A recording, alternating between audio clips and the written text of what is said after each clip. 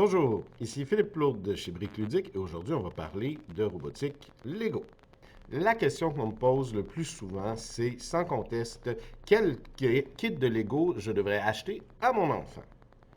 Eh bien, on va voir aujourd'hui les 3 meilleurs ensembles disponibles sur le marché. Mais tout d'abord, c'est quoi la robotique Lego? Ce qu'il faut comprendre, c'est que tous les kits sont composés essentiellement des mêmes éléments. Premier élément, les briques intelligentes. Le cœur d'un système Lego, c'est la brique intelligente qui va alimenter le moteur en énergie et qui va aussi être capable de recevoir les commandes venant de l'ordinateur. Deuxième élément, les moteurs.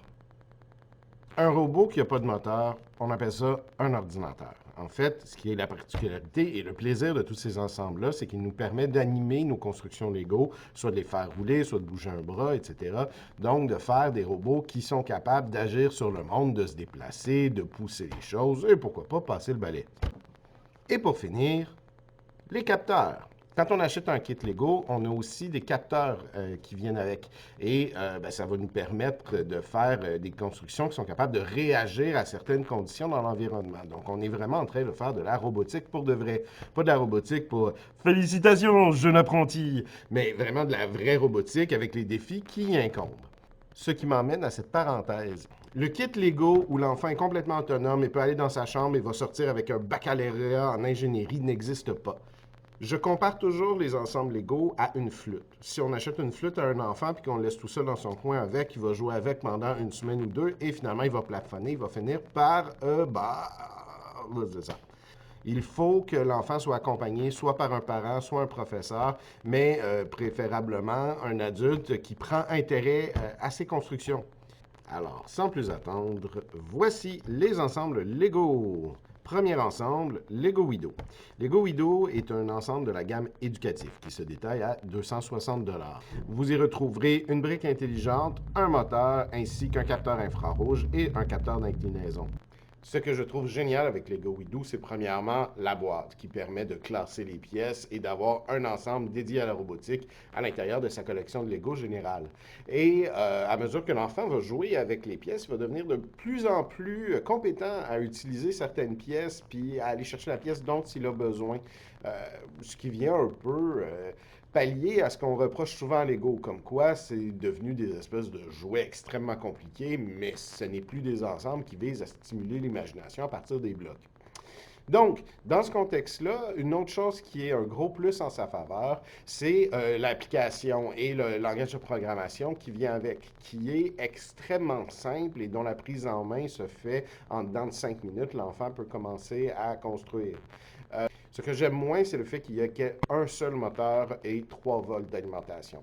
Donc, on a un ensemble qui est assez simple, qui est facile à prendre en main, mais après un an, je considère qu'on peut avoir fait le tour de Lego Wido.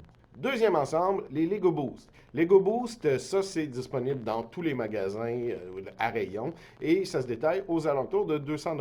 Alors la brique Lego Boost est différente de la brique Lego Wido. Il faut savoir que les deux ensembles ne sont pas compatibles entre eux.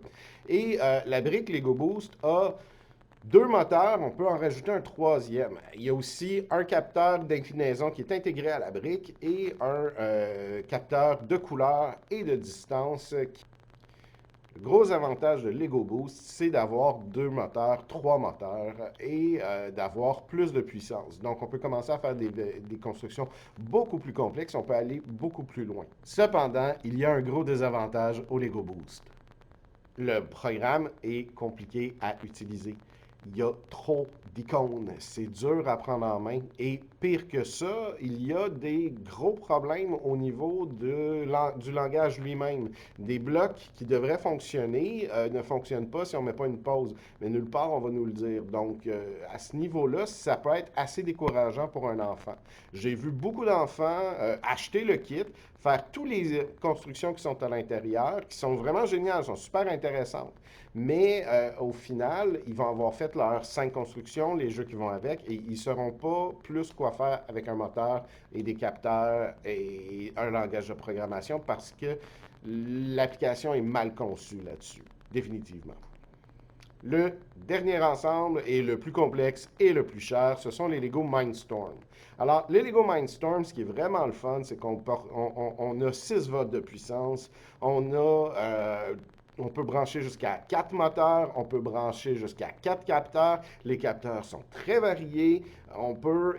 Les ensembles de Lego techniques qui viennent avec permettent de faire des constructions extrêmement solides et vraiment mobiles, des mécanismes extrêmement complexes potentiellement.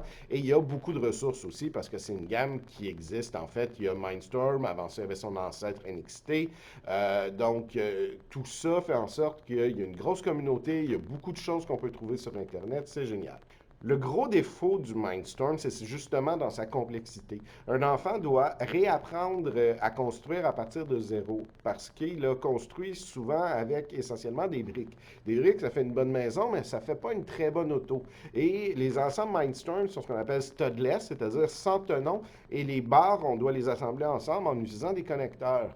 Donc, l'enfant a une courbe d'apprentissage mais s'il réussit à persévérer malgré tout, il va se rendre à un système qui est beaucoup plus riche, beaucoup plus plaisant et qui peut lui permettre de faire des robots qui ont des applications, même parfois utiles dans la vie de tous les jours. Il y a quelqu'un qui s'est fabriqué une prothèse en Lego Mindstorm. Il y a quelqu'un qui a fait une chaise roulante en Lego Mindstorm. J'ai un jeune qui s'était fait un système d'alarme pour sa chambre. Et on peut faire une pelle à jouets. Les possibilités sont très littéralement infinies. Alors, quel ensemble est bon pour moi? Alors, si votre enfant a moins de 7 ans, sans aucun doute, c'est Lego WeDo 2.0 qui lui convient. C'est plus simple, plus facile d'accès, les pièces à motricité fine sont quand même beaucoup plus limitées et il va apprendre beaucoup plus. Si vous avez un passionné de robotique entre 7 et 10 ans, alors là, les gobos, c'est vraiment franchement une valeur pour l'argent incroyable. Juste la valeur de jeu. Les gobos, il y a 5 modèles qu'on peut construire. Chaque modèle prend environ 6 heures. Donc, on a au minimum 30 heures de construction, mais ça, c'est sans compter tous les jeux et toutes les modifications qu'on peut faire. Cependant, si vous allez vers le Lego Boost, je vous encourage fortement à accompagner votre enfant parce que c'est complexe.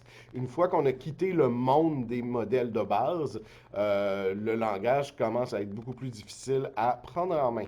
Et finalement, si votre enfant est un peu plus vieux et il aime la mécanique, alors dans ce contexte-là, Lego Mindstorm est tout approprié. Alors voilà, c'est tout pour cette vidéo. J'espère que vous avez apprécié. N'hésitez pas à vous abonner à la chaîne. Si vous aimeriez que je fasse la revue d'autres ensembles robotiques, n'hésitez pas à me laisser en commentaire. Et je vous dis merci et à une prochaine fois.